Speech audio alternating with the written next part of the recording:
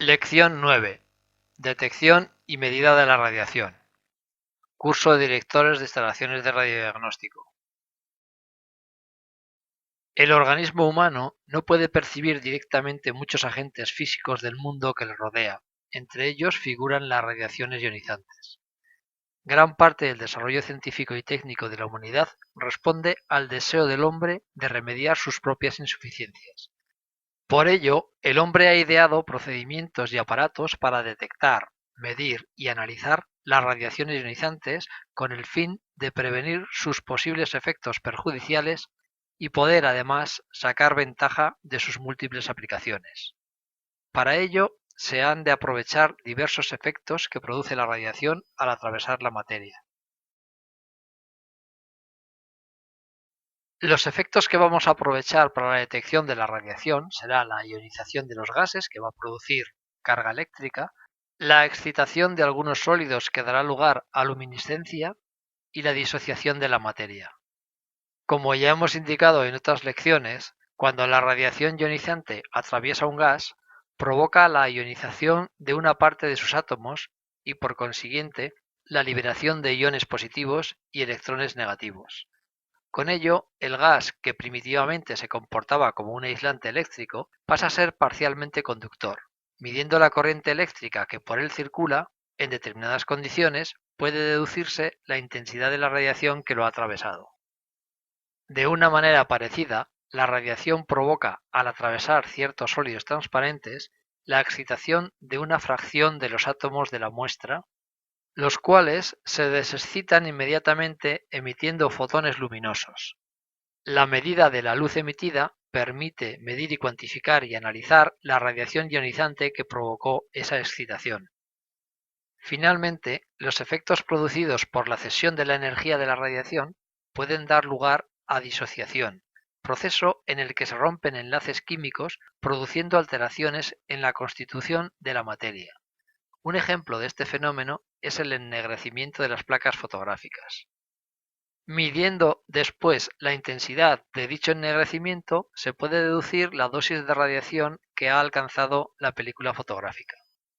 Cualquiera de los tres procesos citados puede constituir el fundamento de un detector, que será un dispositivo genérico que puede adoptar varias configuraciones específicas que permiten alcanzar una variada información, que puede ser, por ejemplo, la mera información de llegada de radiación ionizante, el tipo de partícula, su energía, etc.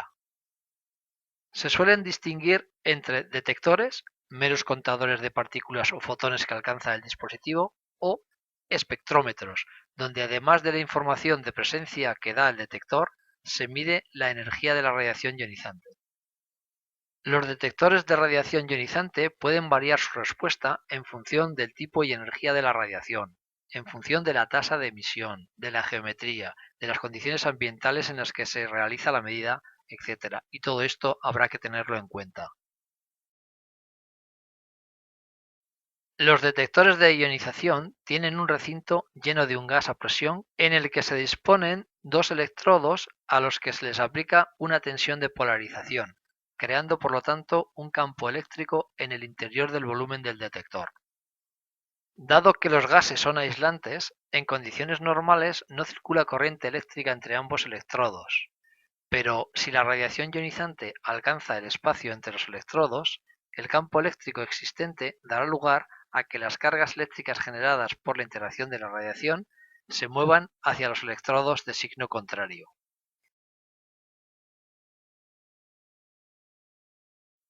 De esta forma se origina en el circuito de detección un breve paso de corriente o impulso de corriente que puede ser medido y que revela la llegada de la radiación al detector. Al variar la tensión de polarización aplicada a los electrodos, varía la amplitud del impulso obtenido, de manera que tendremos tres tipos de detectores de ionización gaseosa. Según la tensión de polarización, los detectores de ionización pueden ser de ionización, proporcional y de proporcionalidad limitada, o Geiger y de descarga continua. Cuando la tensión aplicada es baja, la radiación ionizante forma pares de iones que son recolectados en los electrodos, pero el campo eléctrico es insuficiente para prevenir la recombinación de algunos de los iones formados.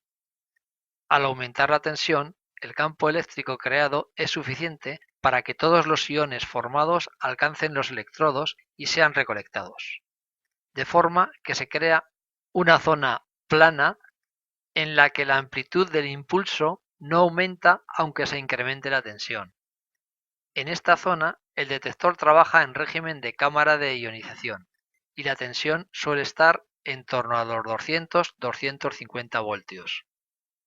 Si continúa aumentando el potencial eléctrico, los electrones adquieren energía suficiente para producir ionizaciones secundarias en el gas de llenado del detector, de forma que el impulso observado es mayor que en la cámara de ionización.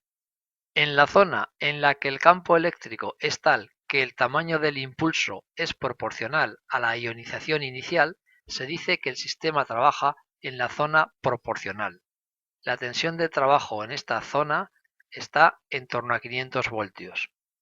La siguiente zona se caracteriza porque el tamaño del impulso sigue aumentando con la tensión de polarización. Sin embargo, los numerosos iones positivos generados en las ionizaciones producen una carga espacial que causa una disminución local del campo eléctrico, con lo que el impulso deja de ser proporcional al número de iones iniciales creados por la radiación ionizante. De ahí el nombre de proporcionalidad limitada con el que se conoce a esta zona. Cuando se sigue aumentando la tensión, cerca de los 1000 voltios, se produce el fenómeno de la avalancha, y la descarga ocasionada por la radiación ionizante se extiende a todo el volumen del contador. Este régimen de trabajo se denomina zona Geiger, y todos los impulsos originados poseen la misma amplitud independientemente de la energía y de la naturaleza de la radiación incidente. Finalmente, la última zona supone que el detector alcanza la zona de descarga continua, en la que el dispositivo puede dañarse irreversiblemente si se mantiene en operación un cierto tiempo. En la cámara de ionización, la tensión de polarización aplicada produce un campo eléctrico suficiente para que sea posible la colección de toda la carga generada por la radiación ionizante. Se pueden clasificar, atendiendo a la forma de los electrodos, en planas o cilíndricas, según estén dotadas de electrodos plano-paralelos o cilíndricos. Las últimas están formadas por un electrodo en forma de cilindro hueco, siendo el otro electrodo un alambre o varilla en la parte central. La parte exterior de la cámara no debe ser muy gruesa con el fin de que puedan ser atravesadas por la radiación que se quiere detectar. Por su forma de operar, se pueden dividir también en cámaras de corriente y cámaras de impulsos. Las cámaras de corriente detectan el efecto promedio que producen las radiaciones en su conjunto al interaccionar con el gas que sirve de detector. Este efecto origina una corriente eléctrica que se relacionará con la magnitud dosimétrica apropiada. Por otra parte, como la corriente generada en la cámara es muy pequeña, para que pueda ser medida por un instrumento ordinario se tiene que amplificar previamente mediante un circuito electrónico que constituye un amplificador lineal. Las cámaras de corriente resultan muy adecuadas para medidas dosimétricas en las que no interesa conocer la energía de cada una de las radiaciones, sino el efecto global que éstas producen. Es el modo de operación más común de las cámaras de ionización. En las cámaras de impulsos se mide cada suceso producido por la radiación individualmente.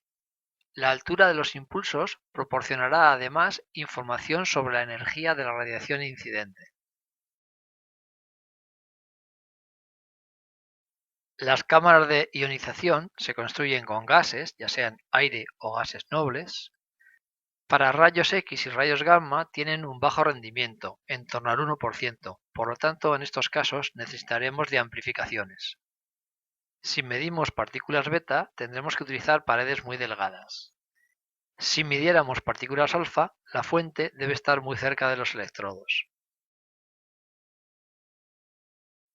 La característica principal de los contadores proporcionales es que aparece la multiplicación de la carga debida a los electrones que viajan hasta el ánodo y que son capaces de ionizar moléculas del gas. En estos casos, no todas las geometrías de los electrodos son igualmente favorables. Por ejemplo, en un contador con electrodos plano-paralelos, la intensidad de campo eléctrico necesaria para llegar a la zona de multiplicación requiere una tensión de polarización muy alta, lo que eleva los riesgos de manejo y precisa de aislantes de alta calidad. Por esta razón, tanto en los contadores proporcionales como en los contadores Geiger, se emplea por lo general una geometría coaxial de cátodo cilíndrico y ánodo en forma de hilo metálico muy fino, de forma que el campo eléctrico en las proximidades del hilo es ya suficientemente intenso para alcanzar las zonas Geiger o proporcional, aplicando una tensión de polarización del orden del kilovoltaje. El contador proporcional trabaja satisfactoriamente como espectrómetro, siempre que la partícula ionizante disipe la totalidad de su energía en el volumen sensible del detector. En la práctica, el contador proporcional encuentra un gran número de aplicaciones como, por ejemplo, medidas de actividad muy bajas en muestras ambientales o como detectores de partículas alfa, beta y neutrones. En la práctica se suelen utilizar frecuentemente los contadores Geiger. Son meros contadores de las partículas ionizantes que alcanzan el volumen sensible del detector. Los impulsos medidos alcanzan todos la misma amplitud, independientemente de la ionización primaria producida por la radiación, por lo que no dan información sobre la naturaleza de la radiación ionizante o de la energía de esta. La amplitud del impulso es suficiente para activar directamente sistemas electrónicos de registro sin necesidad de amplificación previa.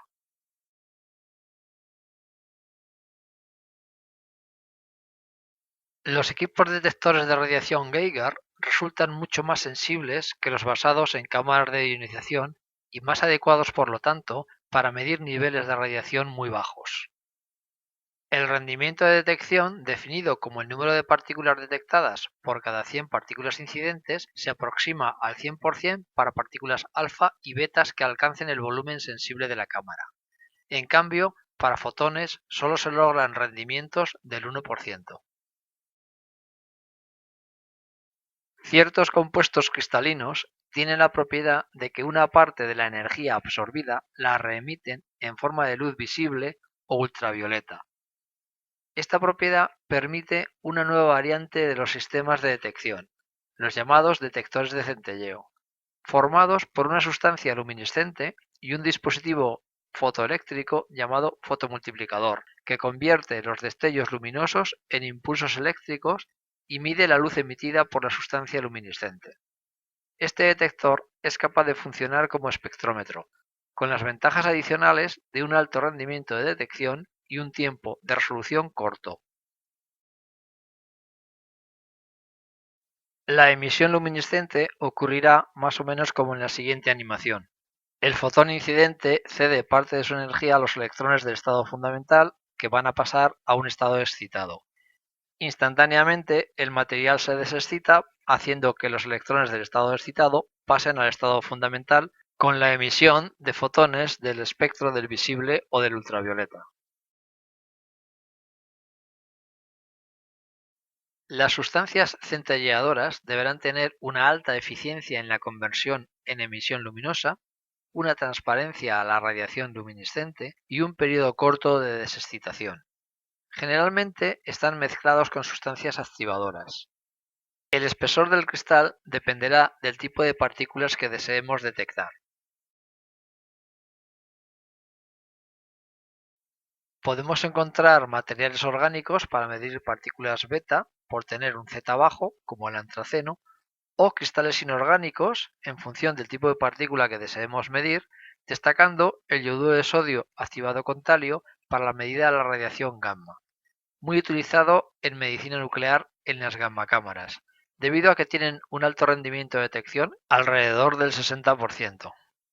Para ampliar la señal de la luz emitida por los materiales luminiscentes es necesario el uso de fotomultiplicadores. Un fotomultiplicador es un dispositivo que convierte la luz emitida por un cristal luminiscente en un pulso eléctrico. Al incidir la luz sobre el fotocátodo, se emiten fotoelectrones que son dirigidos hacia el primer dínodo, donde cada uno de ellos produce por ionización secundaria un número variable de electrones. Este proceso de multiplicación se repite en cada dínodo, formándose una avalancha de electrones con un factor de multiplicación del orden de 10 elevado a 5 o 10 elevado a 7 electrones por cada fotoelectrón inicialmente emitido. La dosimetría es la ciencia que tiene por objeto la medida de la dosis absorbida.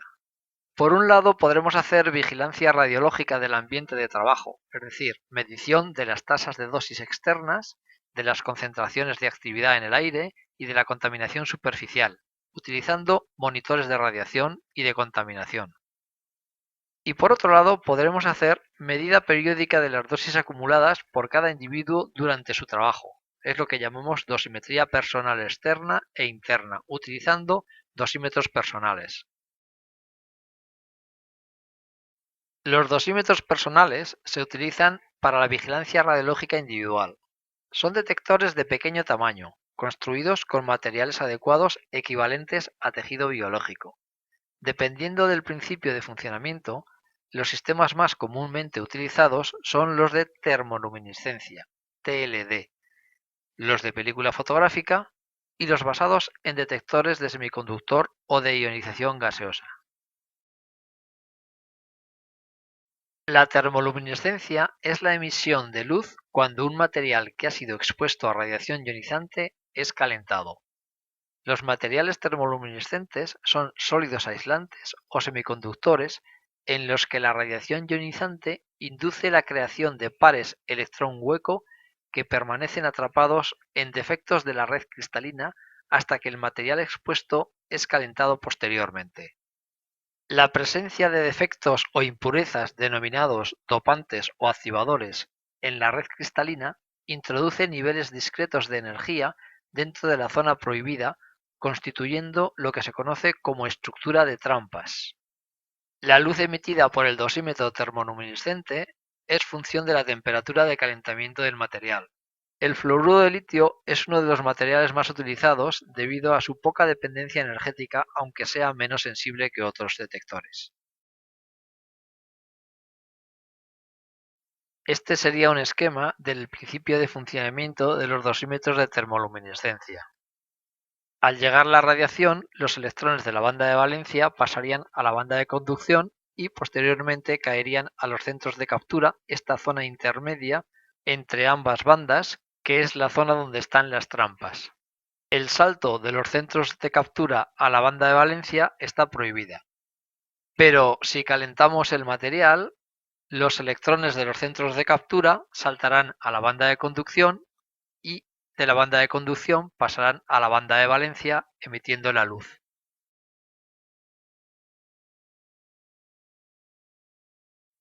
Cuando un dosímetro TLD ha sido irradiado, su termoluminiscencia se mide en un aparato que calienta el dosímetro en una cámara estanca a la luz exterior y se registra la intensidad de la luz emitida mediante un fotomultiplicador.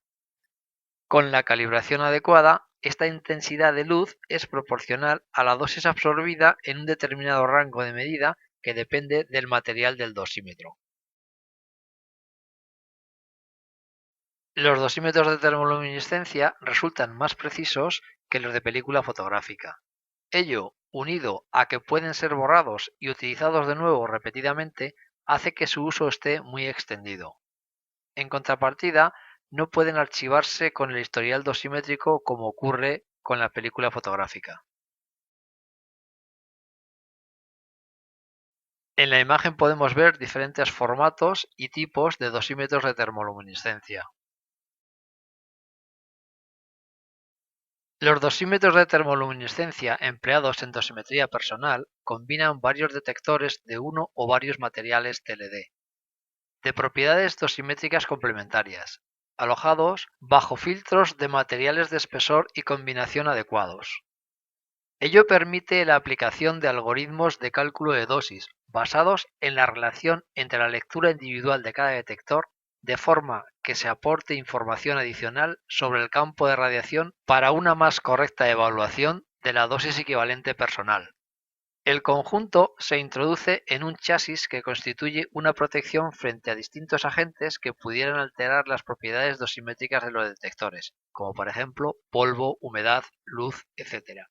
Este dosímetro personal estaría compuesto por 4 TLDs con diferentes filtros, uno de politetrafluoroetileno, otro de cobre, otro de aluminio y otro sin filtración. Las películas fotográficas que se emplean en dosimetría de radiaciones consisten en una emulsión compuesta por cristales microscópicos de bromuro de plata, suspendidos en un medio gelatinoso. Una fina capa de esta emulsión se deposita sobre una delgada base de material plástico que actúa de soporte.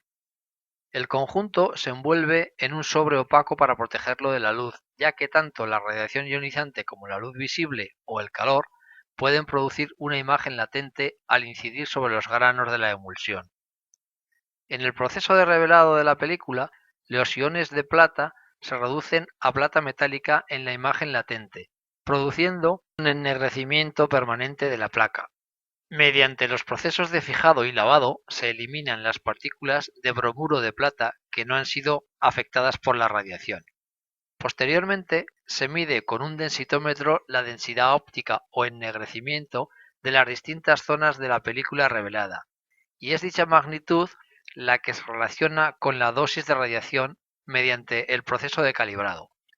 La densidad óptica depende del tipo de película y del procesado de revelado, así como del tipo y energía de la radiación incidente.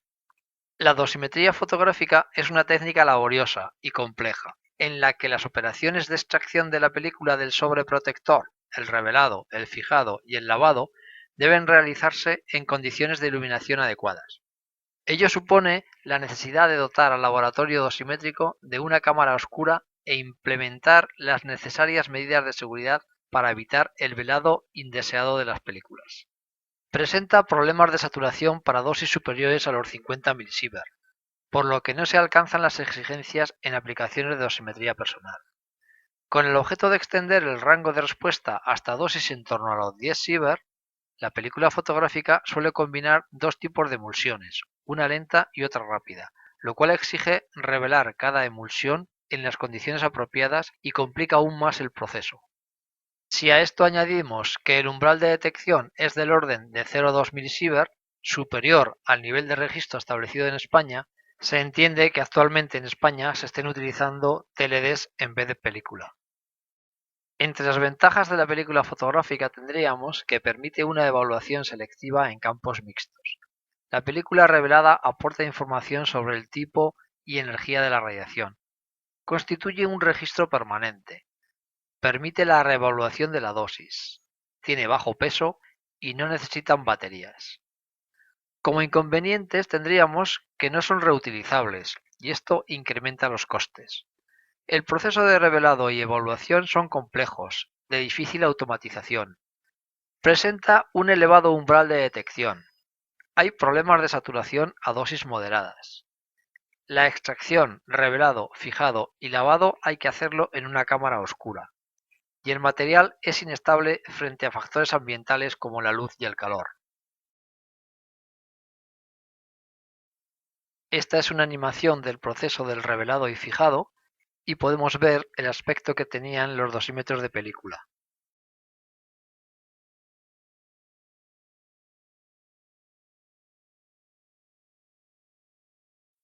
Este es el esquema de un dosímetro de película donde tenemos las diferentes ventanas y filtros de que disponían.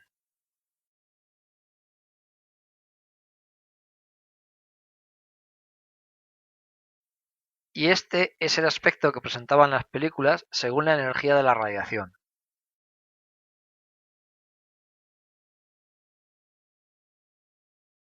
A nivel operacional, disponemos también de dosímetros digitales de lectura directa de pequeño tamaño, basados en detectores de ionización o en detectores de silicio que podemos programar para que cuando alcancen un determinado valor emitan una señal acústica.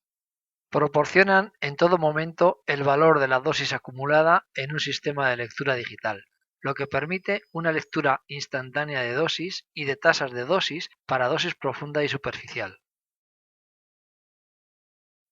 Los detectores digitales son muy resistentes, dan la lectura directamente, tienen un alto grado de información, alta precisión, su calibrado es de larga duración, son fáciles de usar y necesitan baterías.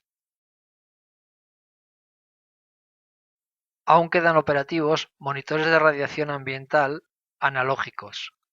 Con ellos podemos medir dosis acumuladas o tasas de dosis. Suelen disponer de un modo de comprobación de la batería, de un modo de ajuste de la aguja al cero de la escala y normalmente disponían de una fuente radiactiva para la verificación de la calibración del detector.